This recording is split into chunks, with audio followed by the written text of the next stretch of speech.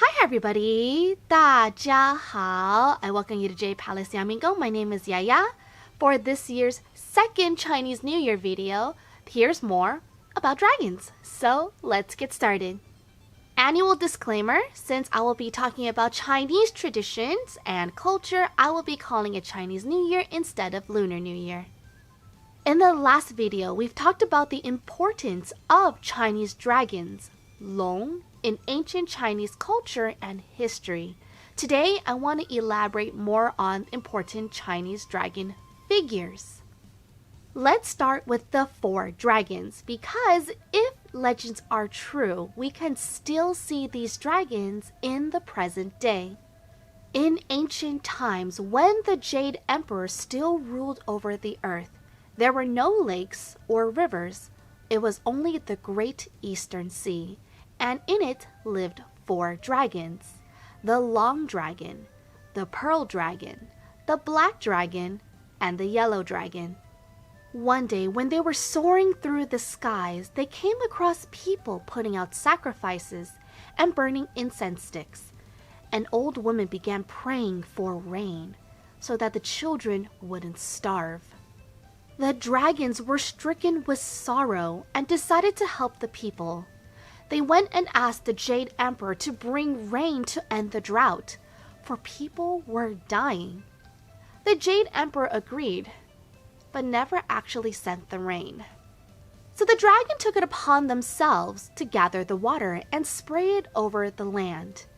The Jade Emperor was livid at the dragons undermining his power. As punishment, he had 4 mountains placed over the dragons to trap them for eternity. The dragons, using their celestial power, turned themselves into rivers to flow around the mountain. The Long Dragon became Changjiang, or the Yangtze River. The Black Dragon became Heilongjiang. The Pearl Dragon became Zhujiang, and the Yellow Dragon became Huanghe. Thus their names. Changjiang means long river, Long Dragon.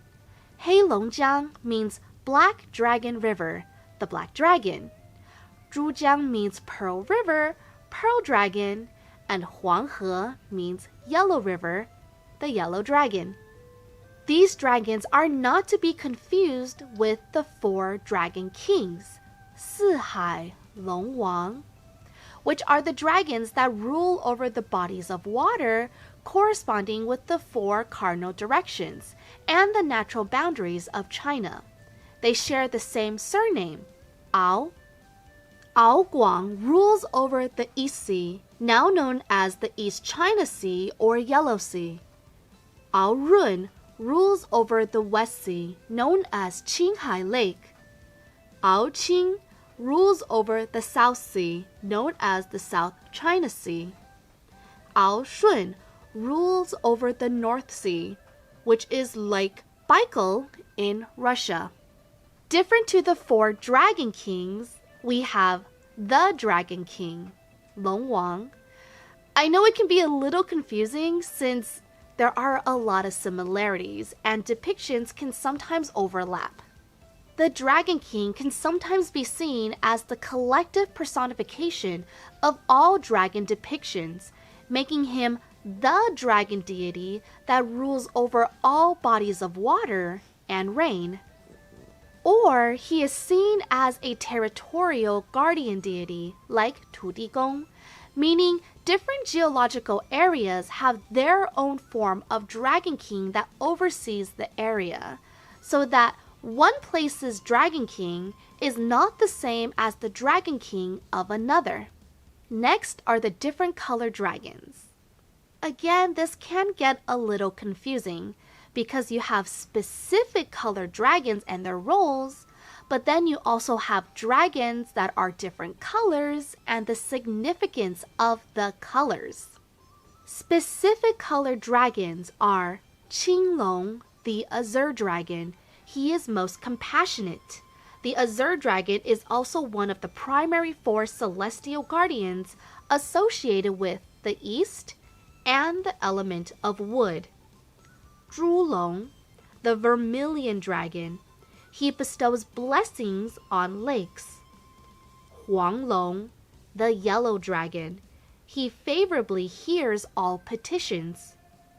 Bailong, the white dragon. He is virtuous and pure. Heilong, the black dragon, dwells in the depths of mystic waters. Now, we have different dragon colors and what they usually represent. Their colors are significant to their power and are used as good luck or manifestation symbols. The red dragon represents luck and good fortune. Yellow and gold dragons are for wealth and social standing. Green dragons represent nature and new life. Blue dragons symbolize harmony and peace. White dragons for purity as well as the cycle of life. And the black dragon for power and honor. The number 9 is a very important number, especially to imperial power. It was seen as the sacred number of the emperor. It's believed that the Dragon King can transform into 9 different dragon forms. There's Jiaolong, the horned dragon, and this form was the giver of rain. Yinglong, the winged dragon, rules and holds dominion over the wind. Also helped the Yellow Emperor during the tribe wars. Tianlong, the celestial dragon, is the protector of the heavenly palaces of the gods.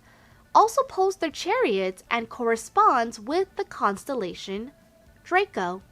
Shenlong, the spiritual dragon that blessed the world with rain and wind. Dilong, the earth dragon, god of lakes, rivers, and seas. Fu Changlong, the dragon of hidden treasures, or the underworld dragon, guardian of gems, gold, and precious metals. Panlong, the coiled or coiling dragon, a guardian lake dragon that has not ascended to the heavens. Huanglong, the yellow dragon, bestowed us with the art of writing, as well as the imperial dragon. And Longwang, the Dragon King, god of wind and the 4 seas. Continuing with the number 9, we have the 9 dragon sons, Longshen Jiuzi. These sons are born from the Dragon King with different animals, making them hybrids.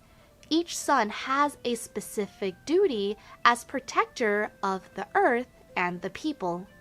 Depending on the lore that's told, there are some inconsistencies with their name, but physical looks and their duty are the same. Ba Xia, the tortoise dragon, very strong and likes to carry heavy things, found on book holders and stone objects that support weight, like gravestones. Chiwen, a beast-looking dragon, likes to swallow everything, especially water, placed on roofs to ward off fires and swallow evil. Pulao, a tiny 4-legged dragon, likes to scream. Honestly, same. So he's usually found on top of bells or on bell handles. Bi'an, the tiger dragon, able to look into people's souls and know who is good or bad. He's placed on government buildings, prisons, and courthouses. Qiu Niu, the dragon son that loves music, so you can find him as motif decorations on musical instruments. Fu Xi, a hornless dragon son that loves literature. You can find his image in libraries and on book bindings. Ya Zi, short-tempered and loves fighting. His likeness is usually carved on weapons, like sword guards. Suan Ni, a flame-covered dragon son. He loves creating fire and smoke, so he's usually adorned in homes for protection and on incense burners. Chao Feng, The fearless lion dragon loves adventure, risk-taking, and observing the world from tall places. He is placed on the four corners of roofs. We can see dragons in folklore and even pop culture. In Journey to the West, we see the Dragon King Guang appear several times. The most notable was when Sun Wukong got his iconic weapon from the Dragon Palace. Guang's son, Bing, is seen in the investiture of the gods with Naja. Lie was the son of Run, who was the steed of the Tang monk. And every dragon listed in this video are just the more significant dragon figures. And already it's a pretty remarkable list. But there are so many more that I haven't even talked about. Need a new fit for the new year? I have a Teespring. I have a lot of super cute designs that I'm really proud of that are perfect for the new year. So please check it out if you can. Link is in the description below. So what do you guys think? Which is your favorite dragon? Leave a comment down below because I would like to know. You can also let me know what topics you'd like to see me cover in the future. If you enjoy this video, please give it a like and subscribe to Jade Palace Yamingong. I would very much appreciate it. Again, this is the second video of this year's Chinese New Year series, so stay tuned for more. Until next time, 新年快乐，再见了，拜拜。